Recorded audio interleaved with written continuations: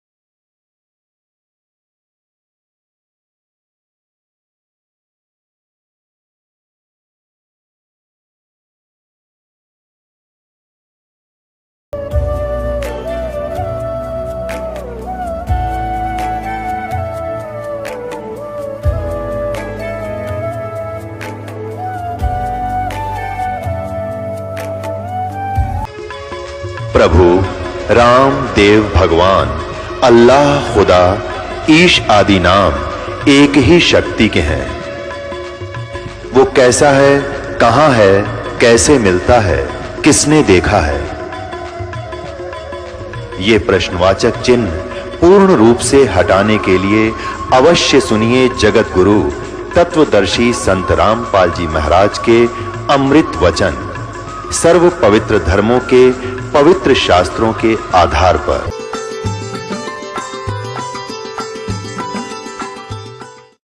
बोलो सतगुरुदेव की जय। बंदी छोड़ कबीर परमेश्वर जी की जय। बंदी छोड़ गरीबदास जी महाराज जी की जय। स्वामी राम देवानंद जी गुरु महाराज जी की जय।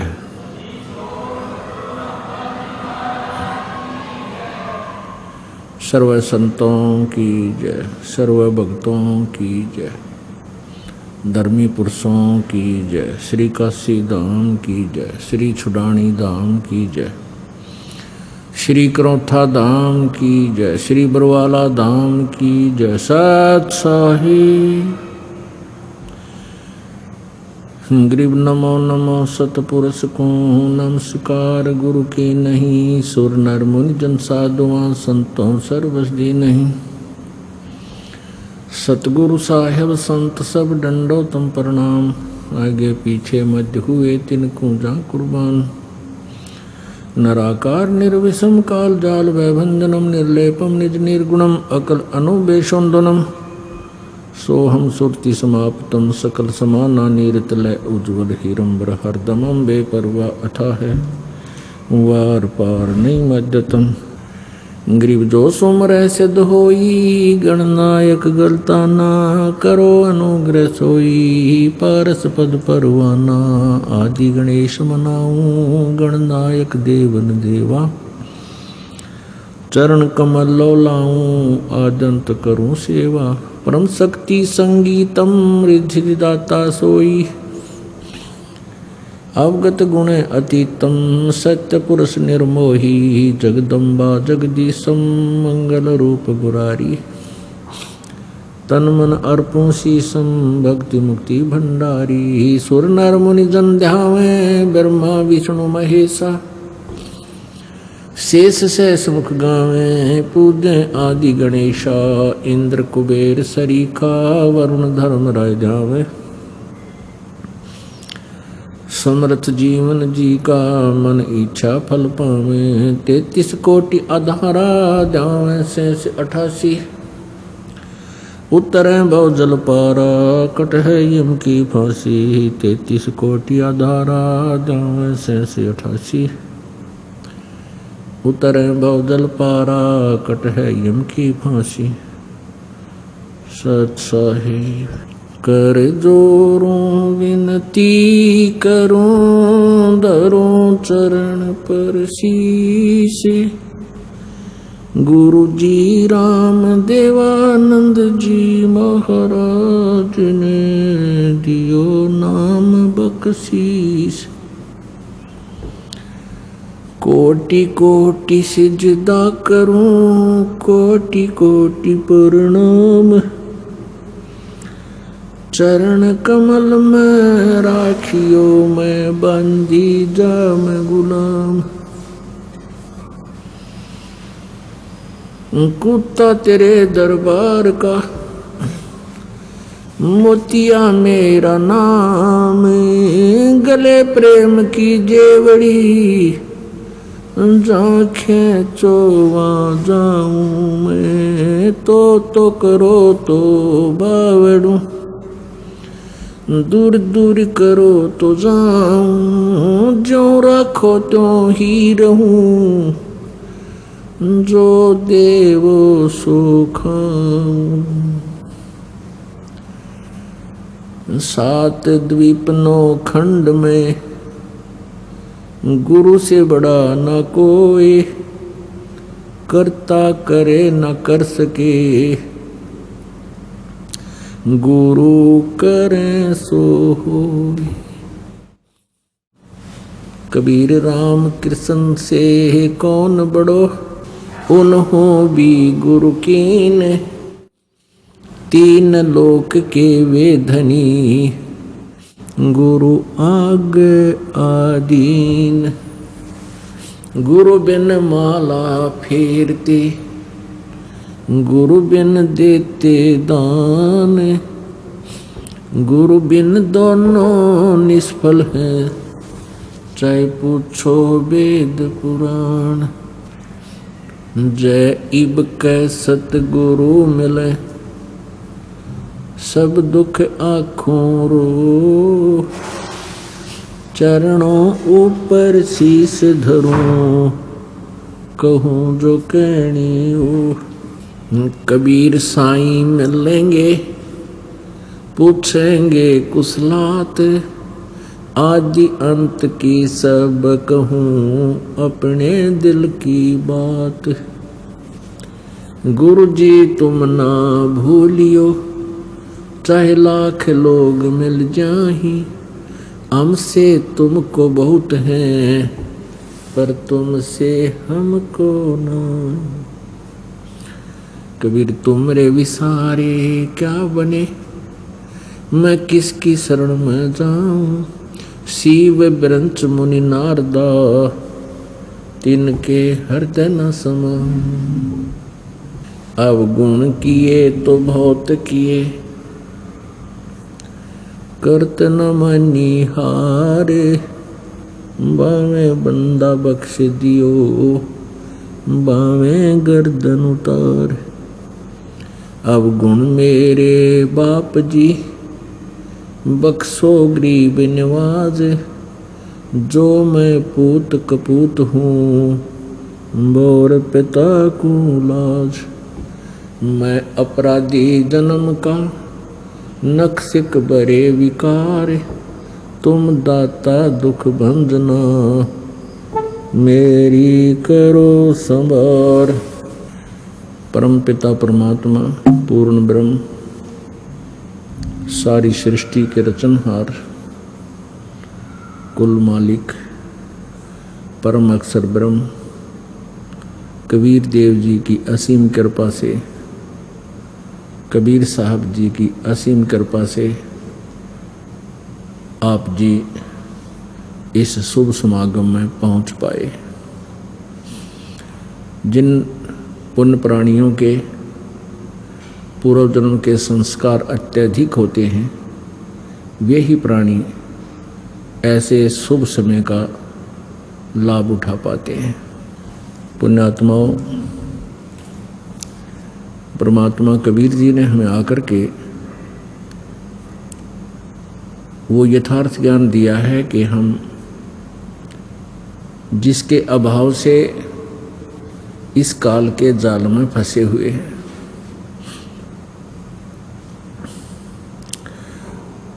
और उस ज्ञान को हम बार बार सुनेंगे, सुनकर उसके ऊपर फिर असर करेंगे, अमल करेंगे, उसका अनुसरण करेंगे, तो फिर हम अपने उस लोक में पहुंच जाएंगे जहां जाने के बाद इस प्राणी की कभी मृत्यु नहीं होती, वृद्धावस्था नहीं आती, युवा शरीर रहता है, कोई कष्ट नहीं, कोई रोग नहीं, किसी प्रकार की कोई टेंशन नहीं, कोई कार्य करने को नहीं। प्रत्येक सुविधा वहाँ उपलब्ध रहती है परमेश्वर के सच्चे दरबार में, सतलोक में। अब हम इतना कुछ ज्ञान सुनते हैं और फिर भी हमारी बुद्धि इतना काम नहीं करती जितना परमात्मा चाहते हैं। जिन प्राणियों को ये सत्संग सुनने को ही नहीं मिला, उनका तो दुर्भाग्य है ही है, और जिनको ये सुनने को मिल रहा है वो भी लग रहे हैं बेचारे, जैसे पहली कक्षा के बालक होया करें, और जैसे छोटे बच्चे होते हैं वो माता पिता से प्रसन्न किया करते हैं। छोटा सा बच्चा होता है, पिता कोई कार्य कर रहा है तो वो उस वस्तु के बारे में पूछते हैं। जैसे किसी ने ये पेन रखा है साथ में और बच्चा आता है छोटा सा और उठते ही पूछता है, पिताजी ये क्या है? तो पिताजी कहता है पेन है बेटा ये। वो फिर पूछता है हैं? वो फिर कहता है पेन है ये हैं? बच्चा का इतना ही प्रश्न होता है हैं? फिर कहता है पेन है ये हैं? पेन न्यू कह वो चल पड़ता है। उसकी बुद्धि इतना ही काम करती है, वो ये नहीं सोच रहा कि पिताजी गलत कह रहे हैं, पर वो कैच नहीं कर रहा पिताजी, ये बता के रहे। वो ए करके चल ही देता है, कोई और खेल में लग जाता है और पिताजी से वो सब सुन भी जाता है। और जब वो बच्चा बड़ा हो जाता है, उसकी बुद्धि पूरा काम करने लग जाती है, तो उसको फिर पिताजी कहता बेटा पेन ला उठा के। वो दौड़ा दौड़ा जाता है और वही पेन उठाकर पिताजी को दे देता है। तो अब जो आप सत्संग में आ रहे हो और जिनके हृदय में इतनी तड़फ नहीं बनती जितनी ये दास बनाना चाहता है, तो आप बालक हो, आपकी अभी ऐ समाप्त हुई नहीं है। और जिनकी ऐ समाप्त होगी वो प्रत्येक सत्संग में आते 100 काम छोड़ के, वो संकेत समझने लगेंगे, उनकी बुद्धि काम करने लगेगी, वो समझ गए उन सैन को, संकेत को जो गुरु जी संकेत दे रहे हैं, परमात्मा ज्ञान बता रहे। तो जिनकी ऐ मिट जाएगी फिर वो सयाने हो जाएंगे और समझदार होने के बाद ही वो 100 खतरों से बचेंगे। छोटा बालक है जिसकी ऐ नहीं मिटी है, जिसने न्योय नहीं बेरा यू पेन है और पिताजी बता भी रहा है, और वो ये भी नहीं मान रहा कि पिताजी गलत बता रहे होंगे और उसको स्वीकार भी नहीं कर पा रहा, तो वो बालक है। तो वो बच्चा कभी भी मार खा सकता है। वो कोई बिजली के नंगे तार को भी आतिशबाजी समझकर जो सपारक कर रहा हो उसको भी पकड़ लेगा और जान से हाथ धो बैठेगा। वो सर्प को भी पकड़ लेगा क्योंकि उसको पता ही नहीं, और उसको वो डस जाने से मृत्यु को भी प्राप्त हो जाएगा। तो ये दास ये देख रहा है कि जिनकी ऐ मिट गई वह नहीं चूकते, 100 काम छोड़ कर आते हैं, और उन कामों को फिर परमात्मा किया करता है। जिस कार्य को हम नहीं कर पा रहे तब हम परमात्मा के लिए चलते हैं, और परमात्मा हमारे कार्य कब करता है? जब हम तन मन धन से उसको समर्पित हो जाएंगे और जीवित मर जाएंगे। जीवित मरना किसको कहते हैं? जीवित मरना किसे कहते हैं? जैसे आप जिस सत्संग में आ रहे हो, आपके मन में 100 कल्पनाएं उठती हैं जो दूर देश से आते हैं। भाई कहीं इस कार्य में ये नुकसान ना हो जाए, ये कार्य ना बिगड़ जाए मेरा। तो उनको परमात्मा संकेत करते हैं कि ये देखो, एक व्यक्ति किसी कामवश चंडीगढ़ गया नाइट सर्विस से, और वापस आना था, किसी विशेष काम था घर पे, उसको रात को ही वापस पहुंचना था। कितना इम्पोर्टेंट वर्क होगा, कितना अनिवार्य कार्य होगा जिसके लिए रातों रात गया और फिर वापस आ रहा था, और रास्ते में पानीपत के पास एक्सीडेंट, दुर्घटना में उसकी मृत्यु होगी। अब वो बिनारा और इम्पोर्टेंट काम भी बिगड़ गया। आप ये सोचोगे, विचार करोगे, परमात्मा कहते हैं ये बातें कहन सुन की ना है, ये कर पाड़न की है, इनके ऊपर अमल करना है। आप जी ने मन ने कह दिया, इस दास ने सुना दिया, आपने सुन लिया, और आपने कहा बहुत अच्छा ज्ञान सुना, अरे सर हुआ नहीं, फिर तो वह एक ही बात है, तोता, वो तोते वाली बात है। तो एक कोई तोता बेचने वाला पिंजरे में तोता लिए जाओ था। एक व्यक्ति बड़ा धार्मिक था, उसने सोचा भाई तोते की आयु बहुत लंबी होती है और ये जंगल में सैर सपट्टे करने वाला जीव सारी उम्र इस कैद में रहेगा। उसने दया करके न सोची इसको लेकर पिंजरे में, इसको मोल लेकर के और छोड़ दूंगा जंगल में। उसने उस तोता बेचने वाले से कहा, भाई इस तोते की कितने कीमत है? बेचने वाले ने कहा 5 रुपये पिंजरे समेत। उसने 5 रुपये अदा करके और वो पिंजरे समेत तोता ले लिया। उस तोते को पढ़ाया, समझाया और पूछा, बेटा तू कैसे फंस गया इस शिकारी के जाल में? उसने, तोते ने बताया कि गुरुजी मैं, इसने वहाँ दाने डाले, जाल बिछा रखा था, हमने जाल देखा नहीं, दिखाई नहीं दे रहा था, हमने दाने दाने दिखे थे और हम दाने खाने के लिए वहाँ गए, इसने जाल में फंसा लिए। तो गुरुजी ने कहा बेटा आगे से तुम ऐसे कोई दाने को डाल रहा हो, जाल बिछा रखा हो, तो उसमें दाने मत खाइयो कि वो दाने तुम्हें सदा सुखी कर देंगे। तुम जंगल में घूमने वाले हो, इधर उधर खा के अपना पेट भर लेना, तो तुम फंसोगे नहीं। अकान जी सही बात है। तो उसने वो सेंटेंस, वो पूरा जो है ना श्लोक गोट लिया, तोते को रटवा दिया। शिकारी आवेगा, दाने डालेगा, जाल बिछावेगा, हम दाने नहीं खाएंगे तो हम जाल में नहीं फंसेंगे।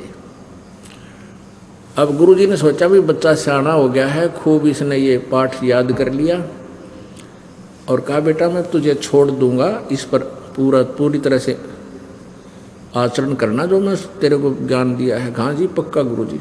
और आपके आसपास के सभी पक्षियों को, तोतों को भी ये जो है ना अलर्ट कर देना, समझा देना। अकान जी जाते ही ये काम करूँगा। अब वो तोता छोड़ दिया, तोता पहुंचा अपने मूल स्थान पर।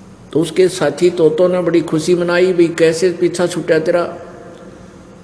तो उसने बताया भी मुझे एक दयालु आत्मा ने मोल ले लिया और उसने मुझे छोड़ दिया, और साथ में एक मंत्र बता रखा मेरे तक, और इस मंत्र का मैं आजीवन पालन करूंगा, फिर मैं जाल में नहीं फंसूंगा। और तुम भी सुन लो जब जान बचाना चाहते हो तो। सारे तोते बोले वे हमने बता दी, ऐसा कोई खास फार्मूला है तो उसने बताया कि भाई पर दी आवेगा, दाने डालेगा, जाल बिछावेगा, हम दाने नहीं खाओगे तो हम जाल में नहीं फंसेंगे। तो सब तोते बोले वह कमाल की बात से है, तो बहुत बढ़िया बात बताई गुरुजी ने। ये वो सारे तोत्या ने वो मंत्र गोट लिया।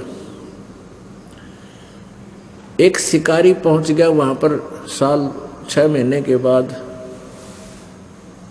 तोते पकड़ने वाला। उसने जाके दाने डाल दिए, जाल बिछा दिया, और उसने देखा कि सभी तोते ये रट लगा रहे हैं कि शिकारी आवेगा, जाल बिछावेगा, दाने डालेगा, हम दाने नहीं खाएंगे तो हम फंसेंगे ही नहीं, हम दाने नहीं खाएंगे। अब शिकारी ने सोचा भाई ये तो सारे तोते पढ़ा दिए किसी ने और शिक्षित हो गए, ये तो एक भी ना फंसा आज तो। उन्हें सोचा इतनी दूर आया हूँ, चल थोड़ा ट्राई करके देख लेता हूँ, एक आधा पा जाए, अगर मूड वो तो फंसेगा। उसने दाने डाल दिए, जाल बिछा दिया। उन्हें सोची तो रोटी खा ले, फंसना तो कोई है ही नहीं। उसने क्या देखा, जो गुरुजी बन रहा था ना, जो पहले पिंजरे में तो छोड़ दिया था, अब वो ये रटना भी लगा रहा है कि शिकारी आवेगा और दाने जाल बिछावेगा, दाने डालेगा, हम दाने नहीं खाएंगे, जाल में नहीं फंसेंगे। तो सबसे पहले वो पहुंचा दाने खाने, फिर उसके सारे चेले गेल की गेल, फिर तो सारे इकट्ठे हो गए उसमें। अब शिकारी ने तुरंत वो जाल खींच लिया, सारे जाल के मां, और वो दाने खा रहे हैं, जाल में फंस रहे हैं, फिर भी ये सेंटेंस पढ़ रहे हैं, शिकारी आवेगा, जाल बिछावेगा, दाने डालेगा, हम दाने नहीं खाएंगे, जाल में कैसे फंसेंगे। अब शिकारी ने सोचा ये तो वह कति बांडे बांडे हैं, भौके भौके थे, इनका असर नहीं इनको। उसने वो सारे तोते ठाकर कमर पर घेर लिए, पाछे लटका कर जाल में चल पड़ा। अब वो जाल में फंसे फंसे भी यही सेंटेंस बोल रहे हैं, शिकारी आवेगा, जाल बिछावेगा, दाने डालेगा, हम दाने नहीं खाएंगे, जाल में नहीं फंसेंगे। वो शिकारी कह रहा भौके जाओ, ये बेशक, ये तुमने पता लग गया, तुम्हारे जुबान पे है, हृदय में जगह नहीं थी। अब वो गुरुजी कुदरती मिल गया उनको। उसने देखा अरे मेरे वाला सेंटेंस मंत्र ये तोते बोल रहे हैं, सारे जाल के वहां फंसे पड़े हैं। तो उसने देखा है तो बड़े निकम्मे, और फिर भी बोले जा रहे हैं। तो पुण्यात्माओं,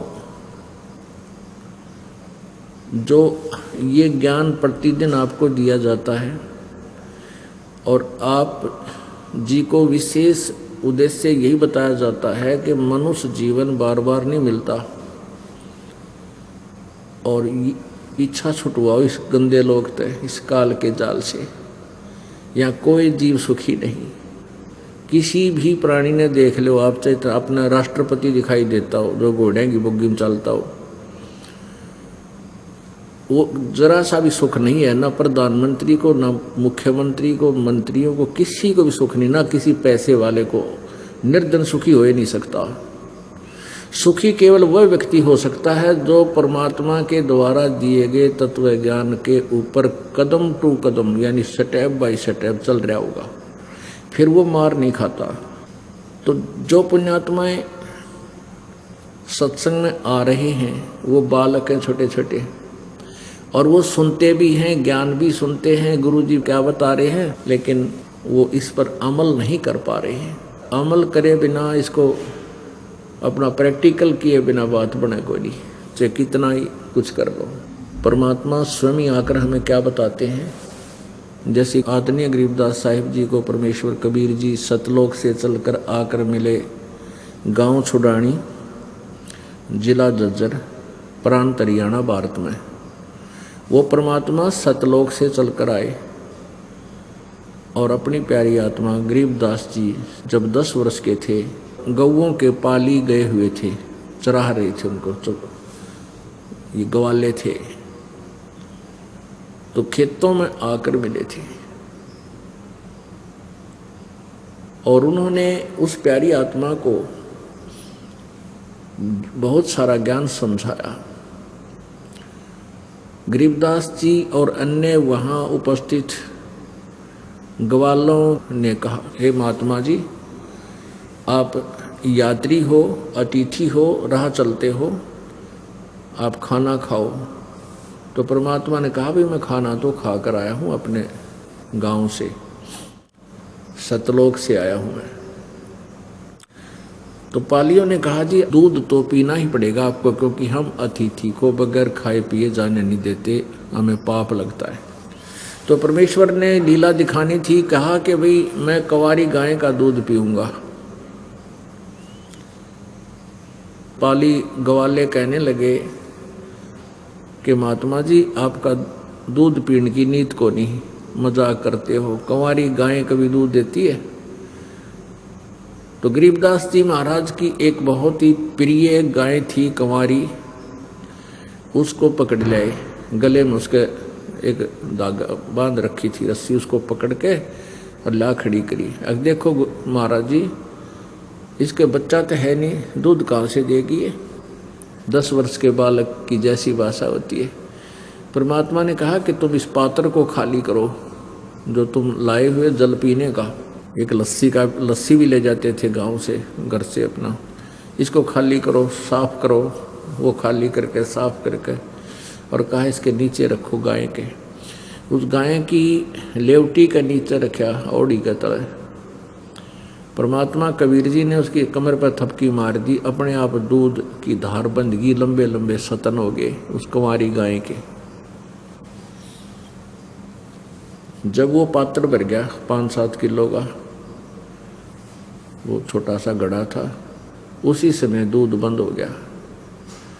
आधा कबीर जी ने पिया, आधा शेष छोड़ दिया कि ले बच्चों पालियो तुम पी लो। वो बड़े बड़े पाली थे, वो कहने लगे ये पाप का दूध हम ना पीवा, जादू जंत्र का है, तो जंत्र मंत्र करके निकाला आपने। गरीबदास जी बालक थे, कहने लगे मुझे जो भगवान, मैं पीऊंगा। अब गरीबदास जी ने वो दूध पी लिया। गरीबदास जी ने दूध पी लिया और फिर परमात्मा से प्रश्नोत्तरी की, ज्ञान के बारे में जानकारी चाहिए। तब परमेश्वर ने बताया कि आप क्या पूजा करते हो? कबीर जी ने पूछा गरीबदास बालक से, 10 वर्ष के बच्चे थे। वो कहने लगा, जी हम भगवान शिव जी की पूजा करते हैं, हम भगवान विष्णु की भी पूजा करते हैं, राम कृष्ण की पूजा करते हैं, और अपनी जो भी उनकी एकादशी द्वादशी थी उसकी भी पूजा बताई। तो परमात्मा ने कहा, बेटा पूजा के योग्य केवल एक ही प्रभु है, वो परम अक्षर ब्रह्म पूर्ण ब्रह्म है, और उसी का संदेशा देने के लिए मैं इस संसार में आता जाता रहता हूँ। उसी परमात्मा की भक्ति से मोक्ष होगा, राम और कृष्ण, ब्रह्मा विष्णु महेश, ये राम कृष्ण विष्णु जी के अवतार, ये पूर्ण परमात्मा नहीं है, ये कंप्लीट गॉड नहीं है। इनकी साधना से तुम्हारी जन्म मृत्यु की ये परंपरा समाप्त नहीं हो सकती, जन्म मरण का रोग नाश नहीं हो सकता। और यहाँ प्रत्येक प्राणी बहुत दुखी है। ये गायें हैं और पशु पक्षी अन्य हैं, ये भी कभी मनुष्य थे। आज देखो ये गर्मी सर्दी इनको कितना दुखी कर रही है। किसी का चीचड़ लग रहे हैं, किसी का जोक चपटकी, किसी को कोई तकलीफ है, बोल कर बता नहीं पा रहा है। यानी ऐसा मार्ग में ज्ञान दिया परमात्मा ने, वो गरीबदास बच्चे की आत्मा एकदम पिघलेगी, मेल्ट होगी कि हे भगवान, है तो ये दुख, क्या हम भी फिर ये पशु बनाएंगे? कहाँ बेटा, वो बनेंगे जो भक्ति नहीं करते। कि वो बच्चा कहता है जी भक्ति तो हम करते हैं, भगवान राम की जय बोलना, कृष्ण जी की जय बोलना, कोई मिला उसको राम राम कहते हैं। परमात्मा ने कहा बेटा ये राम और कृष्ण ये कंप्लीट गॉड नहीं है, इनसे ये दुख मिट नहीं सकता। इनका अपना भी नहीं मिटा हुआ, ये भी अपने कर्म के दंड को भोगते रहते हैं और इनकी जन्म मृत्यु होती है। ये अविनाशी परमात्मा नहीं है, एक अविनाशी परमात्मा और है, और उसी का संदेशा देने के लिए मैं आया हूँ। अपने आत्माओं, जो श्रोता प्रथम बार आते हैं, क्योंकि हमारे भक्त श्रद्धालु परमात्मा की प्यारी आत्माएं अपने मित्रों को, अपने भाई को, बहनों को, रिश्तेदारों को जाकर के बार बार आग्रह करते हैं कि आप जी एक बार चलकर वो सत्संग सुनो, तो वो बेचारे आ जाते हैं और वो ये सुनते हैं कि राम और कृष्ण नासवान है, ये ब्रह्मा विष्णु शंकर जी भी नासवान हैं, हमने तो कभी सुना नहीं, ये तो बात जची नहीं। किसी वस्तु को, जो नई वस्तु है, नया ज्ञान है, उसको हृदय में समाने के लिए प्रमाण की आवश्यकता पग पग पर जरूरत पड़ती है। तो दास का यही प्रयत्न रहता है कि चाहे 10 व्यक्ति भी समझें इस ज्ञान को, पर वो थोरोली समझ जाए, कंप्लीटली समझें, और फिर वो आगे चल के अपने प्यारी आत्माओं को, भाइयों को, बहनों को, अपने नातियों को फिर वो समझाएंगी, जाके समझाएंगे तो फिर वो ऐसा दृढ़ता से समझा देंगे और फिर वो अपने आप नाम लेने के लिए दौड़े आएंगे, कल्याण करवा लेंगे, उनका भला हो जाएगा। देखिएगा ये देवी भागवत, इसमें दिखाते हैं राम और कृष्ण विष्णु भगवान ये नासवान है।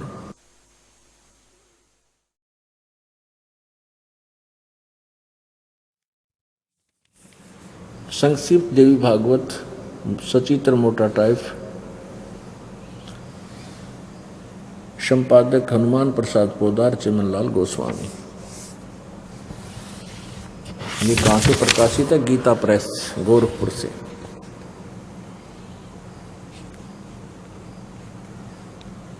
गीता प्रेस गोरखपुर, प्रकाशक मुद्रक हैं गीता प्रेस गोरखपुर, गोविंद भवन कार्यालय कोलकाता का संस्थान है। ये इनके फोन और फैक्स नंबर है।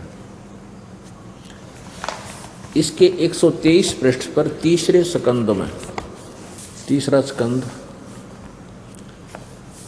123 पृष्ठ पे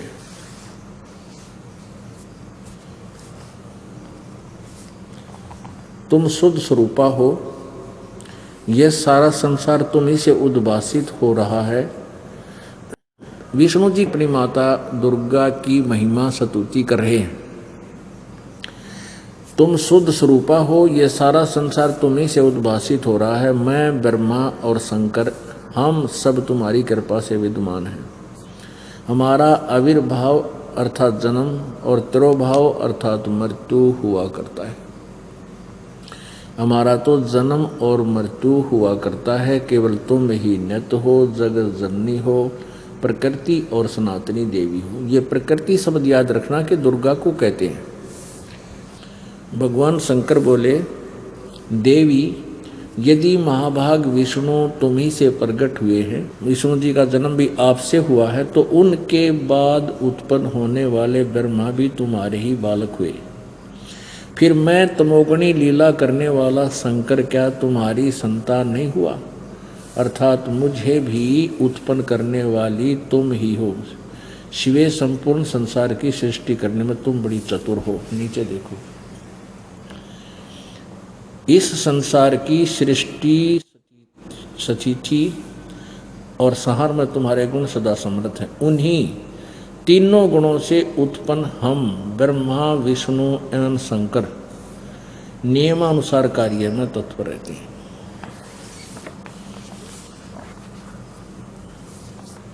अब इससे चार बातें सिद्ध होगी। एक तो ये होगी कि ब्रह्मा और विष्णु और शिव जी ये नासवान हैं, इनकी जन्म और मृत्यु होती है। दास नहीं कह रहा, इनकी हिस्ट्री सीट बता रही है, इनकी जीवनी में लिखा है।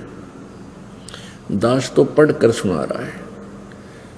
और जो हमारे पवित्र हिंदू धर्म के गुरुजी थे, जो केवल भाषा संस्कृत अवश्य जानते थे, तत्व ज्ञान से अपरिचित थे, वो इनके इतिहास को समझ नहीं सके। ये दंत कथा लोक वेद सुनाते रहे। ब्रह्मा विष्णु महेश अजरो अमर हैं, इनके कोई माता पिता नहीं है, ये सर्वेश्वर हैं, सभी ब्रह्मांडों के कुल मालिक हैं, इनका जन्म मृत्यु नहीं होता। और इनकी जीवनी में लिखा है, जीवन चरित्र में लिखा है, इनकी पवित्र कहानी में लिखा है, कथा में लिखा है कि ये नासवान है, इनकी जन्म मृत्यु होती है। दुर्गा इनकी माता है। और ज्योति निरंजन जिसको ब्रह्म बोलते हैं, इसको क्षर पुरुष भी कहते हैं, ज्योत स्वरूपी निरंजन, और यही काल भी कहलाता है। ये ब्रह्मा विष्णु महेश जी का पिता है। और इस ब्रह्म को श्राप लगा हुआ है 1,00,000 मानव शरीरधारी प्राणियों के सूक्ष्म शरीर से गंध निकाल के, इनको तपस्या पर भून कर सूक्ष्म शरीर को, उसमें से वो मैल निकाल कर पीने और खाने का। इसके लिए इसने अपने तीनों पुत्रों को ड्यूटी दे रखी है और इनको तीनों को एक एक गुण युक्त कर रखा है। रजगुण युक्त ब्रह्मा जी, सतगुण युक्त विष्णु जी और तमगुण युक्त शंकर जी। तो इसमें ये चार बातें सिद्ध होगी, चार कंसेप्ट क्लियर हो गए कि ब्रह्मा विष्णु महेश नासवान है। एक तो ये, दूसरा ये हो गया कि दुर्गा इनकी जननी है, माता है, इससे इनका जन्म हुआ है। तीसरा ये हो गया कि ये रजगुण ब्रह्मा है, सतगुण विष्णु, तमगुण शिव जी। और चौथा ये है कि नियमानुसार कार्य करने में ही तत्पर रहते हैं। यानी कि हम किसी के भी भाग्य को, जो उसके भाग्य में लिखा है, पुण्य और पाप को घटा बढ़ा नहीं सकते। जो जितना जिसका संस्कार है उसको नियमित ही दे सकते हैं। आप पुण्यात्माओं, गरीबदास साहिब जी ने जब परमेश्वर के मुख से ये बात सुनी, बालक था, कहने लगा, भगवान हमने तो यही सुना है कि ब्रह्मा विष्णु महेश के कोई माता पिता नहीं है और स्वर्ग से ऊपर कोई स्थान नहीं है। तो परमेश्वर ने बताया, बेटा स्वर्ग तो ऐसा है जैसे गर्मी के महीने में कोई धनी व्यक्ति 20,000 30,000 रुपये ले जा। आजकल तो 20-30 में भी काम ना चला, 50,000 60,000 ले जाने पड़ेंगे। और फिर चला जा कुल्लू और मनाली शिमला साइड में, गर्मियों के महीने में हरियाणा, राजस्थान, उत्तर प्रदेश, मध्य प्रदेश, ये ऐसे जो गर्मी सर्दी जहाँ पर प्रत्येक सीजन में आती है ऋतु में, तो उनमें से एक व्यक्ति एक वर्ष जो कमाया उसमें कुछ ज़्यादा हो गया, कुछ धन लेकर के शिमला में या कुल्लू मनाली साइड में चला जाता है और वहाँ जा कर के होटल में कमरा किराए पर लेता है और महीने 20 दिन 2 महीने वहाँ सैर सपट्टा करके 1,00,000 रुपया बर्बाद करके वो अपनी जेब से ख़त्म करके और फिर मुंह लटका के वापस आना पड़ता है उसी कर्म क्षेत्र में। वहाँ फिर सारा वर्ष कमाई करो, हो सकता है अगले वर्ष इतना पैसा ना बचे कि वो सैर सपट्टा करके आ सके, तो फिर उस गर्मी में वही तड़पता रहेगा। तो ऐसे ये स्वर्ग है। वेदों से शास्त्र अनुकूल साधना प्रारंभ होती है और वेदों अनुसार जो साधना करना है उसमें ओम नाम है और 5 यज्ञ। इस साधना से स्वर्ग महास्वर्ग तक प्राणी चला जाता है, ब्रह्मलोक तक भी पहुंच जाता है। गीता जी अध्याय नंबर 8 के श्लोक नंबर 16 में कहा है कि ब्रह्मलोक पर्यंत ये सभी लोग वहाँ गए हुए साधक जन्म और मृत्यु को प्राप्त होते रहते हैं, पुनर्वर्ती में है। वहाँ जाने के बाद भी पुनः जन्म लेने के लिए पृथ्वी पर आना पड़ता है, अपने पुण्यों को समाप्त करके कर्म भोगने के लिए फिर आना पड़ता है। फिर कभी मनुष्य जन्म मिले तो फिर पुण्य बने या ना बने तो फिर स्वर्ग से भी वंचित रह जाता है। इतना समझो ये स्वर्ग है जैसे होटल में जाकर 2 महीने रेस्ट कराया, अपनी पूंजी बर्बाद की, वापस आ गया। ऐसे ही अपने पुण्य होने पर स्वर्ग मिल जाता है, स्वर्ग में अपने पुण्य समाप्त करके खर्च खा के और फिर वापस पृथ्वी लोक पर किधर पशु बन जाता है, कभी पक्षी बन जाता है। ये अरहट का कुआ लोई यागल बन जा है सब कोई, और कीड़ी कुंजर और अवतारा हर हट डोर बंधे कई बारा। कीड़ी कुंजर हाथी से लेकर चींटी तक, और ये ब्रह्मा विष्णु महेश इनके अवतार धार का आया करते यहाँ पर। ये चतुर्भुजी भगवान कहाँ में हर हट डोर बंधे सब आवे। ये है खोखापुर का कुआ, इसमें पड़ा सो निश्चय हुआ। अब ब्रह्मा विष्णु महेश तक भी ऐसे ही चक्कर काट रहे हैं, ये भी इस काल के अरहट वाले कुएं में बंधे हुए हैं, इनका भी ऐसे ही चक्कर बंधा हुआ है। अब अरहट का कुआं कैसा होता है ये दिखाते हैं। ये देखिएगा,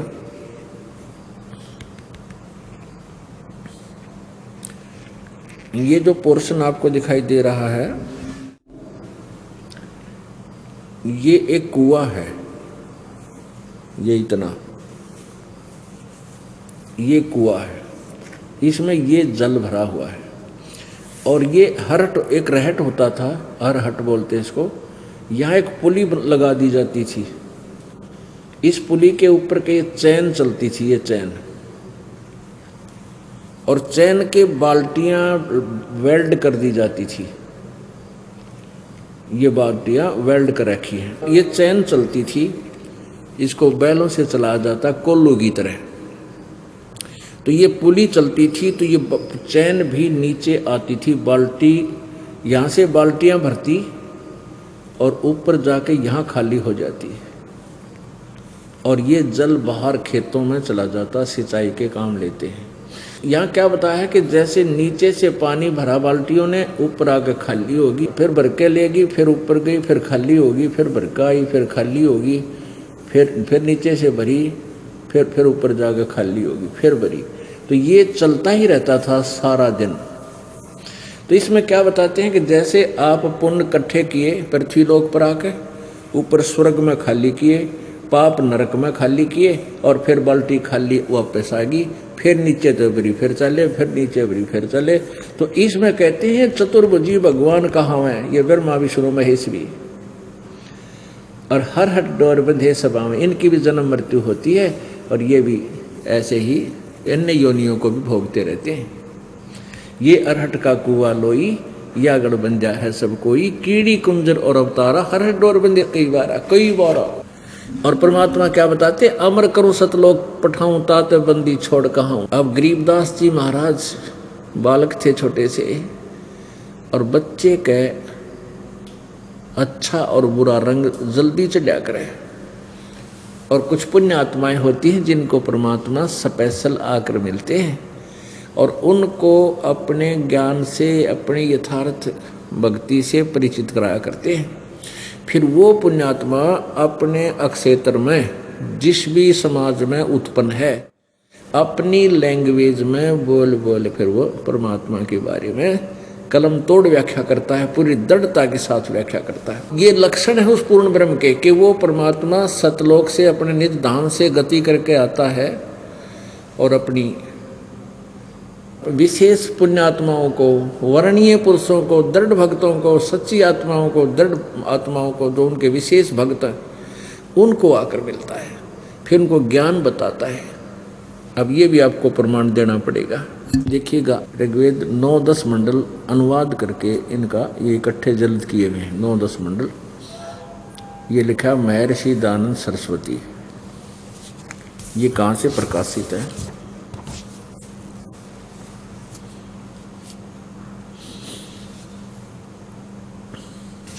प्रकाशक है सार्वदेशिक आर्य प्रतिनिधि सभा, महर्षि दयानंद भवन, रामलीला मैदान, नई दिल्ली।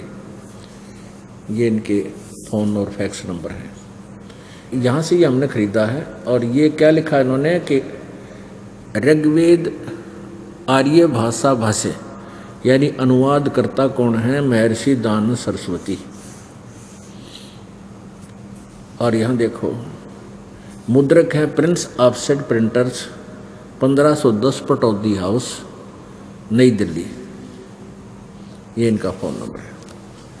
अब हम अपने मतलब की बातें करेंगे। यहाँ देखना ऋग्वेद मंडल नंबर 9 सूक्त नंबर 86 में और मंत्र नंबर 26, इसमें क्या लिखा है?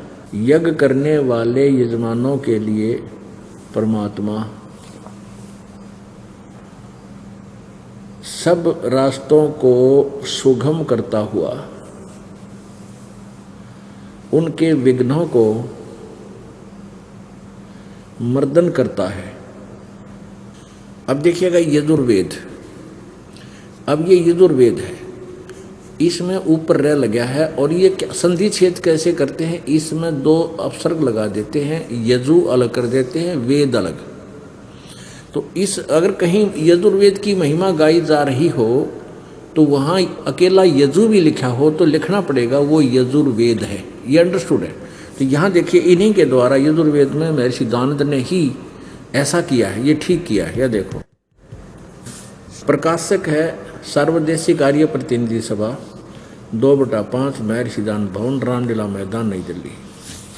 ये इनके फ़ोन और फैक्स नंबर है। यजुर्वेद आर्य भाषा भाष्य संपूर्ण 40 अध्याय, महर्षि दयानंद सरस्वती कृत। ये महर्षि दयानंद जी ने इसका अनुवाद किया है यजुर्वेद का पूरे के पूरे का। मुद्रक है Prince offset printers, 1510 Pataudi house, Daryaganj, नई दिल्ली। इसके 36वें अध्याय के प्रथम मंत्र में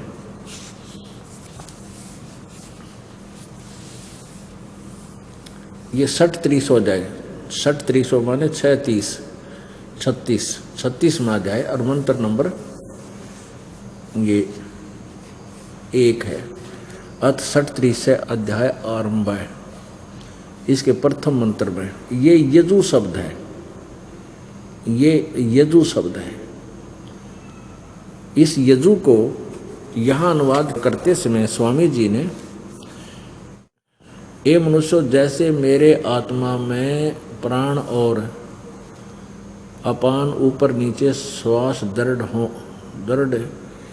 हो मेरी वाणी मानस बल को प्राप्त हो, उस वाणी और उन श्वासों के साथ मैं शरीर बल को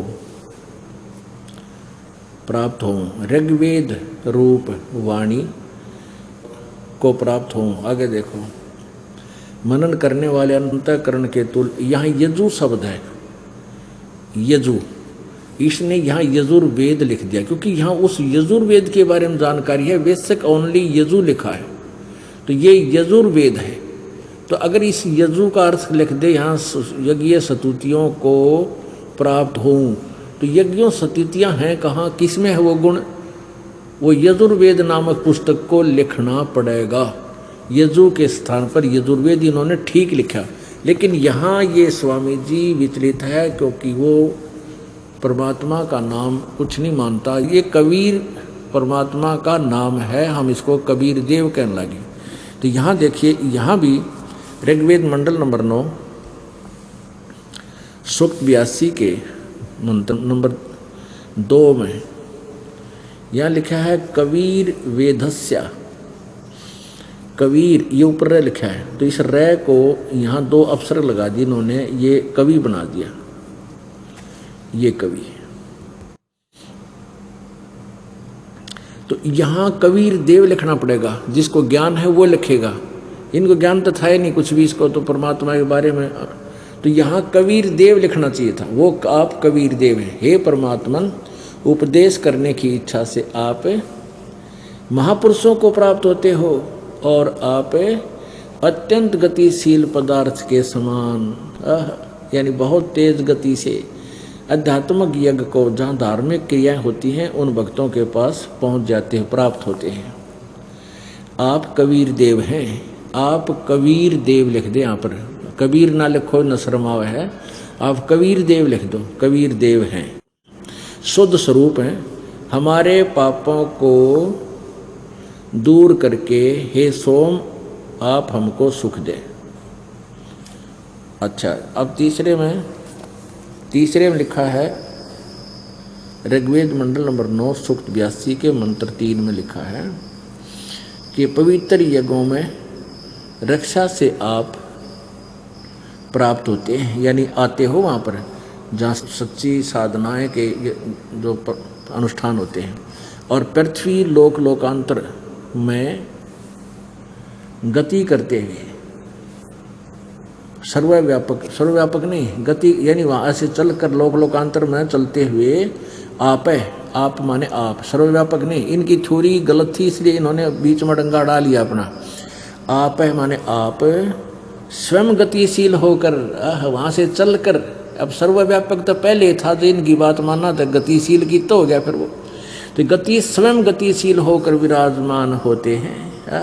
इससे हमने इतना ही लेना था कि वो परमात्मा सतलोक से चलकर आता है, दृढ़ भक्तों को मिलता है, और वो क्या करता है ये देखिएगा। उसका उद्देश्य क्या होता है आने का, कि इन भोली आत्माओं को जो काल के जाल में फंस के इतना कष्ट उठा रहे हैं, किसी की कोई दुर्गति हो रही है, किसी को कोई टेंशन है, सारा दिन रोटी का ही गुजारा ना होता, सारा जीवन बीत जाता है इन बेचारों का।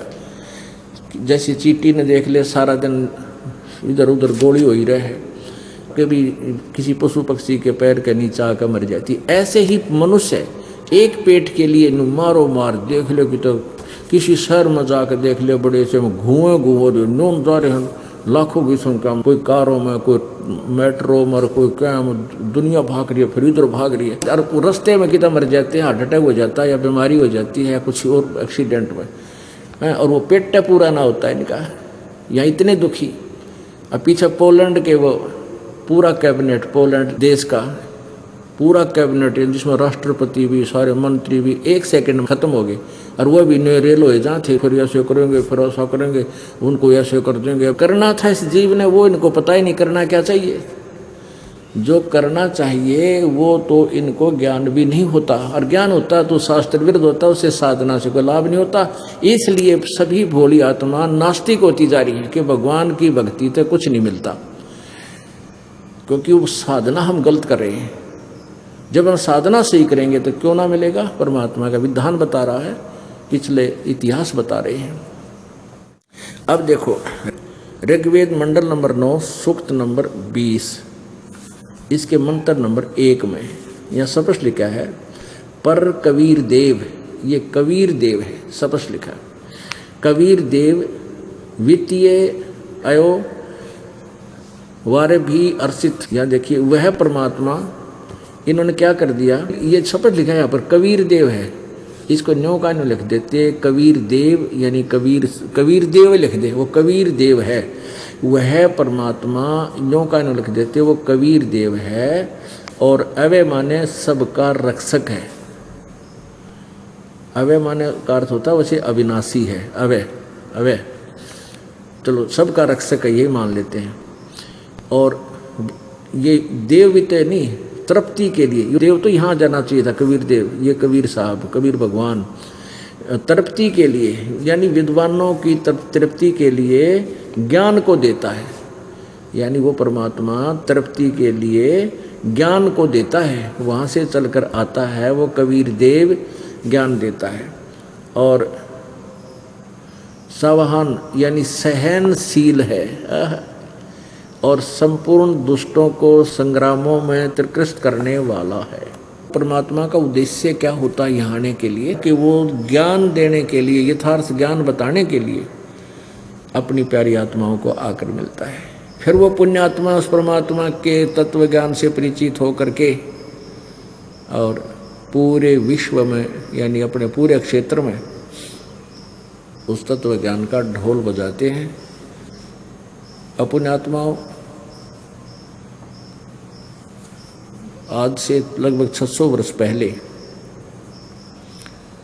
सन 1398 में परमेश्वर कबीर जी, कबीर साहब, कबीर देव उनका ओरिजिनल नाम है।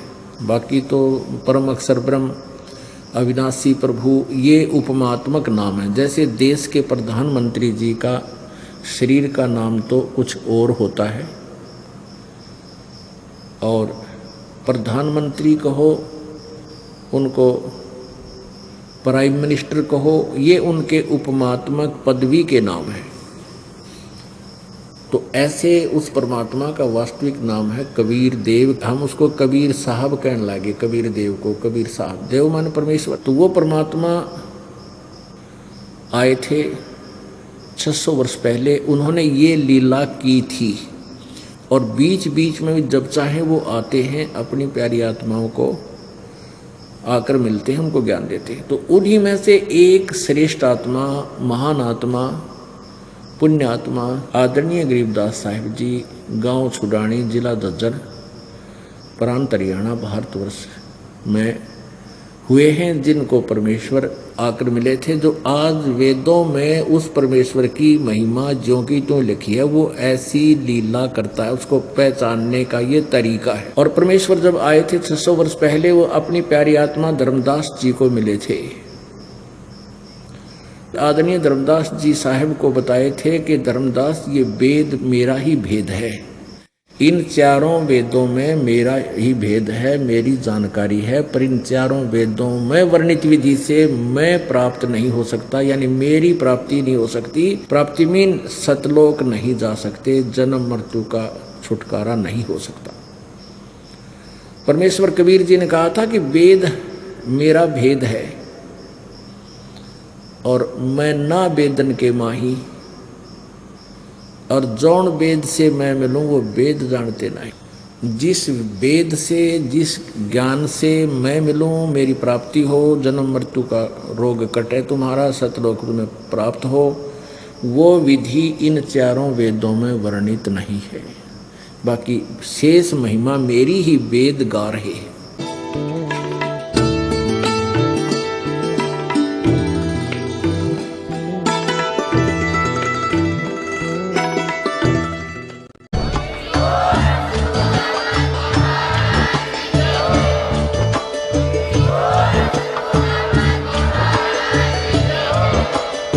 सुन रहे थे जगत गुरु तत्वदर्शी संत रामपाल जी महाराज जी के मंगल प्रवचन। अधिक जानकारी के लिए विजिट कीजिए हमारी वेबसाइट www.jagatgururampalji.org। संत रामपाल जी महाराज जी के शुभ आशीर्वाद से पूरे विश्व भर में 500 से भी ज्यादा नाम दीक्षा केंद्र हैं, जिन पर संत रामपाल जी महाराज जी द्वारा ऑनलाइन निःशुल्क नाम दीक्षा दी जा रही है। अपने नजदीकी नाम दीक्षा केंद्र का पता करने के लिए संपर्क करें 8222880541।